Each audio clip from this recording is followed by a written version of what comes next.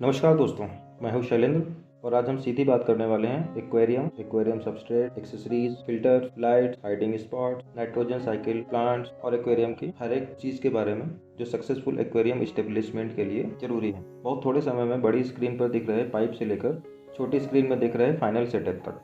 Aquarium के size पर सबसे पहले बनाएंगे इसका स्टैंड। पाइप साइज रहेगा 2 इंच गुणे 1 इंच और 1 इंच गुणे 1 इंच का। लोड बेयरिंग मेंबर 2 इंच के और सपोर्टिंग एलिमेंट्स 1 इंच के पाइप के रहेंगे।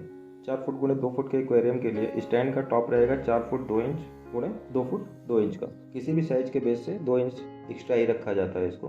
लगभग 450 लीटर पानी, 20 से 25 केजी नेचुरल सैंड और स्टोन्स और लगभग 95 केजी ग्लास, टोटल लगभग 600 किलो के लिए टॉप फ्रेम के मेश में 1 पाइप लंबाई में और 3 पाइप चौड़ाई में वेल्ड करना बहुत ज़रूरी है। इसकी हाइट हम 3 फीट रखेंगे। हमको आराम से बैठकर इनको खेलते हुए देखना बहुत पसंद है और यह हाइट मिलेगी 2 फुट 10 इंच के 2 इंच गुणे 1 इंच वाले 6 पायों से।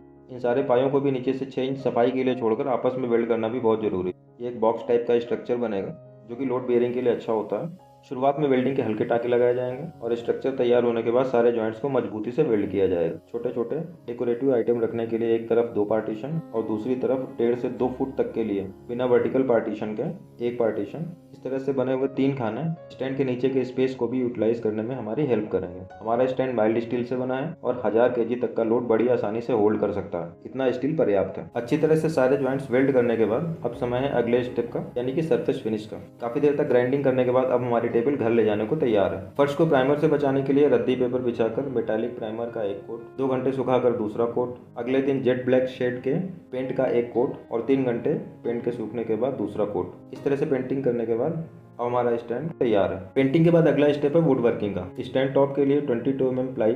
इस प्लाई पर सबसे पहली लेयर हम लगाएंगे 3 mm प्लास्टिक की शीट, इसको वाटर प्रूफ बनाने के लिए। इसको अच्छे से टेपिंग करेंगे और अगली लेयर है 1 इंच मोटी थर्माकोल की। इसके बाद फिर से एक और अगली लेयर है 1 इंच मोटी थर्माकोल की। कई बार छोटे छोटे बच्चे उंगली से थर्माकोल की बॉल्स को नोचते रहते हैं।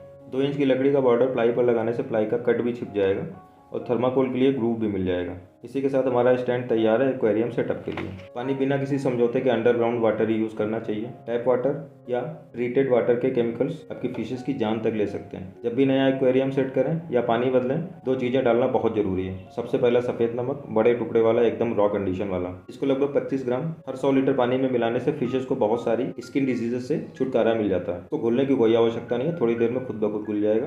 हालांकि कुछ खास फिशेस पर इसका उल्टा असर भी पड़ सकता है, एक बार रिसर्च जरूर करनी चाहिए। दूसरा एडिशन है मेथिलीन ब्लू का। सादे नमक की तरह यह भी पैरासाइट्स, फंगस और कई तरह के बैक्टीरियल इन्फेक्शन से फिशेस को सेफ रखता है। लगभग 1 से 1.5 ml हर 100 लीटर पानी में मिलाया जाना पर्याप्त है। वाटर चेंज के समय अगर फिशेस की स्किन पर पैरासाइट्स दिखते हैं, किसी तरह का अल्सर दिखाई देता है, तो मेथिलीन ब्लू बहुत इफेक्टिव है।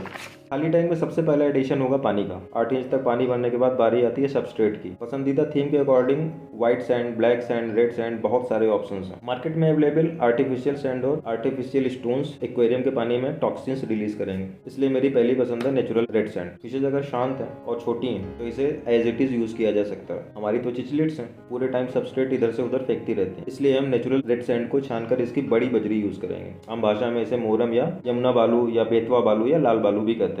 इसकी बजरी की सतह गड्ढेदार होती है, यानी इसकी पोरोसिटी अच्छी होती है। कई नेचुरल स्टोन्स भी काफी पोर्स दिखते हैं। सबस्ट्रेट और स्टोन जितने ज्यादा पोर्स होते हैं, हेल्पफुल बैक्टीरिया की कॉलोनी उतनी अच्छी तरीके से ग्रो करती है। एक्वेरियम की लाइफ एक साइकिल पर डिपेंड करती है, जो है नाइट्रोजन साइकिल। इस साइकिल के अलग अलग स्टेप में बनने वाले कंपोनेंट्स को सक्सेसफुली डिकम्पोज करना ही वेल स्टेब्लिश्ड एक्वेरियम की पहचान है। स्टेप बाय स्टेप फिश और प्लांट वेस्ट के डिकम्पोजिशन से बनने वाली अमोनिया, नाइट्राइट, नाइट्रेट और नाइट्रोजन गैस हमारी फिशेस की स्किन पर रैशेस डेवलप कर सकते हैं, आई बॉल्स में इन्फेक्शन पैदा कर सकते हैं, tail rot, fin rot, itching या फिर सडन डेथ भी हो सकती है। नेचुरली इसको कंट्रोल करना बहुत आसान है और यह होता है अलग अलग तरीके के बैक्टीरिया की हेल्प से। सबसे पहली बात जो हमें देखने में अच्छा लग रहा है, जरूरी नहीं हमारी फिशेस के लिए भी अच्छा हो। एक्वेरियम में कुछ भी ऐड करने से पहले हमें यह बात हमेशा ध्यान रखनी चाहिए। दूसरी बात है सरफेस एरिया बढ़ाना, जिसके लिए पोर्ट, सबस्ट्रेट और नेचुरल स्टोन्स हैं। जितना ज़्यादा सरफेस एरिया गुड बैक्टीरिया को ग्रो करने के लिए, उतना ही ज़्यादा एरिया। तीसरा है हेल्पफुल बैक्टीरिया ऐड करना, क्योंकि नेचुरली जब तक हेल्पफुल बैक्टीरिया डेवलप होंगे, हवा के साथ आपके एक्वेरियम तक पहुंचेंगे, तब तक बहुत देर हो चुकी होगी। किसी दूसरे एक्वेरियम का फिल्टर, थोड़ा सबस्ट्रेट, डेकोरेटिव प्लांट्स यूज करने से ये सारे हेल्पफुल बैक्टीरिया आपके एक्वेरियम में आसानी से इंट्रोड्यूस हो जाते हैं। अगर ये आपका पहला एक्वेरियम है तो फिशेस के कैरी पाउच का पानी नए एक्वेरियम में ऐड करना भी हेल्पफुल बैक्टीरिया को ऐड कर देता है। और लास्ट है नेचुरल प्लांट्स ऐड करना। ये फिश वेस्ट और डिजॉल्व इम्प्योरिटीज को एज ए फूड यूज़ करते हैं और एक्वेरियम के वेस्ट मैनेजमेंट में बहुत हेल्पफुल होते हैं। एक्जॉटिक नेचुरल प्लांट्स तो आपको एक्वाटिक शॉप पर ही मिलेंगे, बट हाइड्रिला, वाटर लेट्यूस जैसे प्लांट्स आपको आसपास की साफ झील, तालाब या नदी में बहुत आसानी से मिल जाएंगे। अगला और भी आसानी से मिलने वाला प्लांट पानी की सतह पर तैरता है। फ्लोटिंग प्लांट डकवीड पानी से हैवी मेटल और कई तरह के टॉक्सिन्स बहुत तेजी से एब्जॉर्ब करते हैं। ये पानी में घुले हुए नाइट्रोजन के अलग अलग कंपाउंड्स की क्वांटिटी भी रिड्यूस करने में काफ़ी हेल्पफुल होते हैं। ये बहुत तेजी से ग्रो करते हैं और इमरजेंसी में फिश फीड की तरह भी यूज़ हो जाते हैं। डकवीड का एक और बहुत बड़ा फायदा ये भी है कि ये पानी में घुले हुए पोषक तत्व को सोख कर एल्गी ग्रोथ भी बहुत अच्छी तरीके से कंट्रोल करता है। कभी कभी समय देकर देखिए, ये बहुत स्मार्ट क्रीचर है। सास बहू के झगड़े से लेकर रोमियो जूलियट तक की कहानी इसमें आपको मिल जाएगी। ध्यान रखने वाली बात यह है कि इसी वजह से हाइडिंग स्पॉट्स बनाना भी बहुत जरूरी है, ताकि स्ट्रेस की कंडीशन में मछलियां छिप सकें और सेफ महसूस कर सकें। एक के ऊपर एक रखे हुए क्ले पॉट्स और black stones natural hiding spot जैसे लगते हैं। ट्रांसपेरेंट पाइप भी सबस्ट्रेट में दबाकर टनल की तरह बना सकते हैं। फिलहाल हमारी टाइप की फिशेज यानी चिचलिट्स के लिए जो सेटअप हमने किया है वो परफेक्ट है। हम सबमर्ज एलईडी और टॉप एलईडी दोनों तरह की लाइट्स का यूज करेंगे, ताकि अंडर वाटर और फ्लोटिंग प्लांट्स को प्रकाश का जरूरी स्पेक्ट्रम मिले और फिशेज भी हमें साफ दिखाई दें। ऑटोमेटिक फिश फीडर भी बहुत जरूरी एक्सेसरीज है। इसके रहते हुए हमें 4 से 6 दिन तक बाहर घूमने जाने में फिशेज के फीड की चिंता नहीं रहती है। यह फिक्स ड्यूरेशन पर एक्वेरियम में फीड डालता रहता है। तो बैटरी ऑपरेटेड है, इसलिए जाने से पहले इसकी बैटरी जरूर चेक की जानी चाहिए। एयर पंप, एयर स्टोन बार, सबमर्ज एक्वेरियम हीटर, आप बस सोचिए, सब कुछ उपलब्ध है। थर्मामीटर भी आपके एक्वेरियम के लिए बहुत जरूरी एक्सेसरीज है। हर फिश का सुटेबल टेम्परेचर अलग अलग होता है। हमारे चिचलेट्स के लिए नॉर्मली 21 से 25 डिग्री बेस्ट है। एक्वेरियम सेट करने में एक और बात पर विशेष ध्यान देना चाहिए कि हम कौन सी फिश रखने वाले हैं। अगर कम्युनिटी टैंक है तो कौन कौन साथ रह सकता है ये देखना बहुत जरूरी है।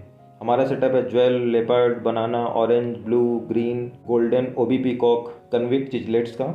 इसके साथ में हमारे एक्वेरियम में जो रहने वाली हैं वो है blood red parrot fishes, white and blue polar parrots और टाइगर बार्स। एल्गी ईटिंग के लिए प्लेको बहुत अच्छा रिजल्ट देती है। एक्वेरियम का कांच बिल्कुल साफ रखती है और किसी को परेशान भी नहीं करती है। और सबसे अच्छी बात है कि इसको भी कोई परेशान नहीं करता है। 3 से 4 प्लेको फिशेस हमारे एक्वेरियम के लिए पर्याप्त है। 2 से 4 घंटे बाद एक्वेरियम में फिशेस को रिलीज किया जाएगा। तब तक दूसरे एक्वेरियम के फिल्टर बिना साफ किए, ताकि बैक्टीरिया इंट्रोड्यूस हो जाए। वाटर फिल्टर कम से कम 2 रखने चाहिए, ताकि सारा लोड एक ही फिल्टर पर ना रहे।